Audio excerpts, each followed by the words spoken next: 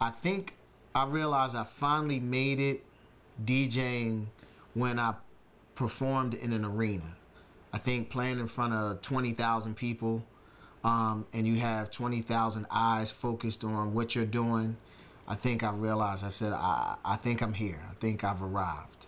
I don't think you really can express the kind of energy that you get from 20,000 people. I think, having a record on, doing one scratch and hearing it thump through a humongous sound system and people react to that can do nothing but, increase your adrenaline. You kind of want to really, perform and, because, DJs, you give something and the crowd gives it back. To give something and have 20,000 people give it back, you want to give more and more and more. I love playing in small venues just because, it's like playing in a house party, but those arenas and all of those people, and just hearing the roar of that is, you can't beat that. For my feature in DJ Hero, I didn't really request anything specific. When I got back the sketch of my character, it was so authentic, and then I showed it to a bunch of people, and it was so authentic that I realized that they had it. Like, they nailed it. They nailed it down to my tattoo. They nailed it down to the Band-Aid on my finger. They nailed it in so many different ways, that I just said, this is it. I think if I had to suggest anything, it would be my movement. I try to be as fluid as possible when I'm playing. And just to kind of make sure that, there are DJs who are extremely animated. I am somebody that I think I can do something really technical and it almost seems like I'm not moving. So I kind of wanted, the fluidness of my actions to be in there. I'm smooth. I'm smooth in DJ Hero. It's really hard for me to give advice today to inspiring DJs because the times are so much different than it was when I came up. Like, I couldn't really give them the same advice that I did because the entire industry has changed. But the main thing that I think that I would tell somebody is try to be as original as you can. You have to have some kind of signature that separates you from everybody else. When there are so many DJs that are playing so many of the same records and so many of the same sets, or type of sets, you have to have something that separates you from everybody else. You have to make people who aren't DJs say, I want that guy back. You can create impactful music if you gain the pulse of the people to the point that you can anticipate what they want to hear before they know it. Like, you have to, your job, I would always tell people a DJ's job is, I'm a train conductor. My job is to take you on a journey. So before you say you want to go there, I want to take you there. And you say, wow, that's really cool. I really wanted to go there. Like, you almost have to be that mind reader. You almost have to feel the vibe and the energy of the room to say, right now is when I should make a dramatic left turn, because I believe that they're going to go with me. My advice to inspiring DJs today is be original, but sometimes we live in a world that originality isn't accepted. So it's kind of hard because, I grew up being different than everyone else, and that's what made me stand out. But I can tell someone to be different, and then everybody will kind of be like, what is he doing? When you have radio stations that kind of play the same music over and over and over again, people come to the club wanting you to play the same music over and over again. Sometimes that the risk-taking DJ of playing stuff that you haven't heard in a while, or I should say the risk-taking new DJ. A lot of times people will follow your old favorite DJ and, they will basically allow them to get away with almost whatever they want to. But the new guy, it's sometimes you almost have to stick very close to a script. Well, I'm currently in the studio working on music. I don't necessarily pick the times when I'm going to make a new album. A lot of times I just go in the studio and I'll just make something and it turns into that. So I think right now I'm in the process of just basically being in the studio, just working on stuff. And, sometimes you just get inspired over a 2-week period and you look up and you're kind of like, wow, I'm 70% done. So that's what I'm shooting for. Hopefully in sometime in 2010. I think I enjoy the creation part of making a new album more than anything. because, and it's a gift and a curse. I've never been one to plan. I can say I'm going in because I kind of want to make a hip hop rock something, and I'll start something and it comes out nothing like I planned. As long as it's good, I let it go. So I try not to be a slave to my creativity at all. Most of my album process is spontaneous, organic, and it has a mind of its own. It's just, I just wait for the creative side to let me know what it's come up with, and it hasn't let me down. So, until it does, I'm not changing it. I'm really a big music lover. I'll get in my car and I can go anywhere from listening to something like Pat Metheny to the Yellow Jackets to listening to some old Bob Marley to classic Earth, Wind and Fire to, putting on some electro stuff. It's just, sometimes it goes according to what my vibe is. When I'm on a road trip, I need to listen to something very high, impactful energy that will almost get me a speeding ticket.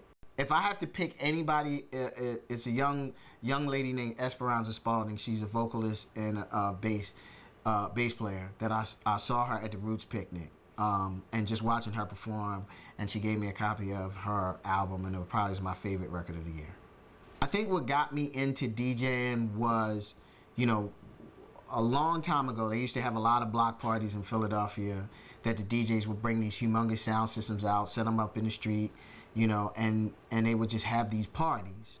And I just remember going to a block party, looking at these massive speakers and not being anywhere near the DJ, so I could only hear what he was playing and hear him talk on the mic. But I kept looking around at the response that he was getting from people. And I was just like, I want to be that guy to make these people this happy. Because every time he played a record that people enjoyed, people let him know. They screamed, they threw their hands in the air. And, and like I said, I think the biggest mystique was I've never seen his face.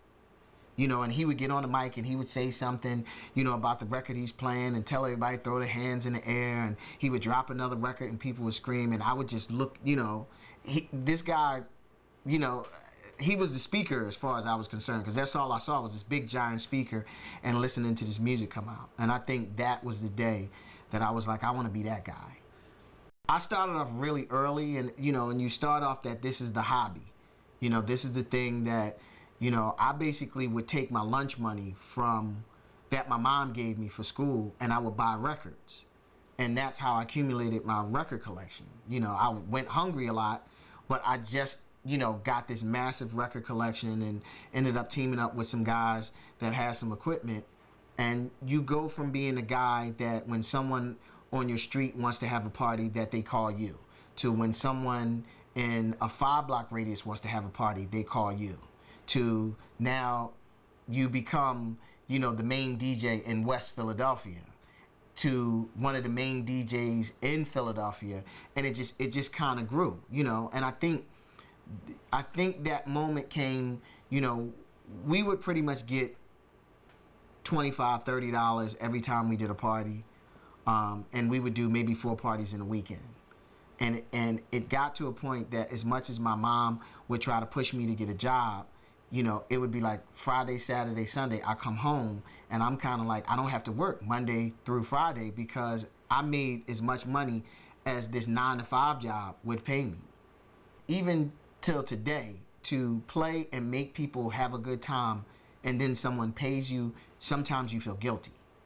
You feel like you're doing something wrong because, I was one of those people that I would drive on a bus stop and watch people get on the bus with the look on their face that they absolutely positively didn't want to go to work. And I've never had that look. I haven't heard all the mixes in DJ Hero. I've heard a lot of them. I actually went to the studio and I've heard a lot. There was a DJ Shadow mix that he mixed Chuck Brown's Bustin' Loose, and I don't remember exactly what he mixed it with, but I remember hearing that and I thought it was absolutely incredible. And I'm really looking forward to hearing everything. It was such a top secret, mission that, you know, I really didn't get a chance to hear everything. So I'm really excited because everything I heard has been great so far. What amazes me more about the mixes that I hear in DJ Hero is that I can't believe these mixes are in a game, because these are mixes that you'll play. You know, it's this to me is the closest to reality. You know, this is the closest to reality that a video game can come, because, you know, this isn't some cheesy music that's in a game. These are mixes done by world-class DJs that you can take these mixes and put them in a club, you know, with 10,000 people, and people will go crazy on the dance floor. So to have that in a game is unheard of. If I was 12 years old and DJ Hero came out, I would probably buy this game. I'd probably sit, you know, most of my awakening moments trying to get really good on this game, and I would beg my parents for 2 turntables and a mixer. I think if I had to pick a DJ who inspired me, it would probably be Grandmaster Flash, which the irony is that he's one of my partners in DJ Hero. But Grandmaster Flash to me was the first well-known DJ that he was known, you know, for mixing, cutting, scratching, just, you know, just as an overall great DJ. And I think he kind of really set a blueprint for a lot of the DJs. You know, and, you know, it's been very great to just have him as a really good friend, because he was the guy that you couldn't wait to try to find the tapes that someone got and they brought down from New York, that you would listen to him mix and listen to the people react, and, you know, and how smooth he was and how fluid he was. You know, that he was probably the guy that, you know, I wanted to be like most. It's kind of hard to pick DJs that influenced my style, because I felt that I was almost an innovator, that I kind of took what guys like Grandmaster Flash and Grand Wizard Theodore did, and I took it to a whole nother level. So, you know, and it's hard because, you know, now I have DJs that will come to me and kind of like, wow, you know, you're the guy that got me started. You know, that I don't think you realize when you're doing it that you're doing anything that's going to have any kind of an impact or influence on somebody down the line. So it's kind of hard that, you know, like guys like Flash did something that they set a blueprint, and I took his blueprint and then I added my own ingredients. It's almost like we're consistently baking this cake that he puts his ingredients in, and then he passes it to me, and then I take his ingredients and I add extra stuff, and then someone took it from me and they're adding stuff, and they're still adding stuff to the day. It's very uncomfortable being a role model. It's very flattering, but like I said, it's you don't start off being a role model. You don't plan to be a role model. This is something that you're doing because you love to do and you're having a good time, you know. And as time goes by, when people start telling you things like that, you know, sometimes, you know, or especially with me, sometimes it will make me feel uncomfortable, you know, especially when it first started happening. You kind of grow to accept it and understand it, you know, now. But in the beginning, it was really, really hard, because it's kind of like, you know, most DJs are fans of other DJs. Most DJs, you know, I enjoy watching other DJs. So, you know, when someone kind of puts you on this pedestal, you're kind of like, man, you know, I'm just like everybody else. And people are looking at you like, no, you're not like everybody else. I talk to Will, and I see Will as much as I possibly can. You know, and every time we get together, we always start talking about, you know, we should go in the studio and let's make another record. You know, he really wants to do this big, giant Jazzy Jeff and Fresh Prince World reunion tour. The problem is he's probably the biggest movie star on the planet. You know, and it's, you know, being in that position, you know, it doesn't make for a lot of time, you know, for music. I really think that a lot of the movie people hate when I come around, because they know that I'm going to try to twist his arm to do some music, you know. And it's in his heart, you know, he really, really wants to do it. But, you know, like I said, being one of the biggest movie stars on the planet, We'll talk about, oh man, we want to do this tour and we're gonna go here, and then he'll call me and say, hey, guess what? I was nominated for an Oscar. And it's kind of like, so much for the tour. Well, you know what I think people don't realize about my relationship with Will is this is exactly what we planned on doing. And that's one of the things that we talk about more than anything. That I remember when Will and I first got together, we kind of had a dream session. And he was like, you know what? I want to do movies. And I was like, wow, I want to do music. And I was like, you know what? Maybe I could do music for your movies. And, and we were just kind of like just speaking about what we wanted. So to look up and to see what has happened, especially with him, nobody's more prouder of what he's done than I am. And the part that people don't see is when we get together and we'll talk, every once in a while, he'll just look over at me and just be like, can you believe this? Like, can you believe this? Like, you remember when we talked about this? And I'm looking at him. Like, I remember, being out in LA for the Hancock premiere. And we were in a hotel suite. The premiere was later that night, and we were sitting down talking. And we were probably on like the 30th floor. And I looked out the window, and I just pointed. And I said, dude, you got a billboard. You got a billboard that you're looking at with your name and your face on it. Can you believe this? And he looks at me and he says, no. If I don't see him for a while, it's the most embarrassing moment, because the one thing that I know he's going to do is he's going to embarrass me. Will is going to send me a message. Will sends me an embarrassing message every birthday.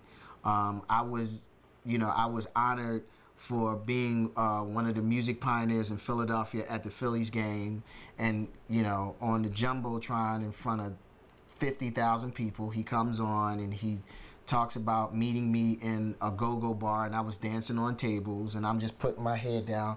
That's Will. So if I don't see him for a while, we reminisce and we laugh, we joke, because he'll be the first to tell you. It's kind of like it all started with him and I in someone's basement with me DJing and him on the mic. Actually playing the DJ Hero game is great. I played it when I first sat down and they told me about it. I played it. I thought it was extremely authentic. I thought it was a lot of fun. I recently got a demo version because I kept telling them that everybody in the world is going to think that I'm the best person in the world at this game. And I'm like, I really need to, I need to get the game and practice on it. It's incredible. It's incredible. It's very authentic. It's very fun. I played it, it's more about the hand-eye coordination and learning the patterns of the song. But it was cool, me playing it and then watching some of my friends play it. Everybody enjoys it. Like, I can see, people coming, I can see me having DJ Hero parties that everybody's going to come over and everybody's going to kind of battle each other and see who gets the high score. And, it's great. I'm anticipating that 14-year-old kid, really putting a hurting on me, that he's going to really, really master the game. And when he does, that's when I'm going to suggest that he goes out and he buys 2 turntables and a mixer and practice for about 10 years and then come and see me.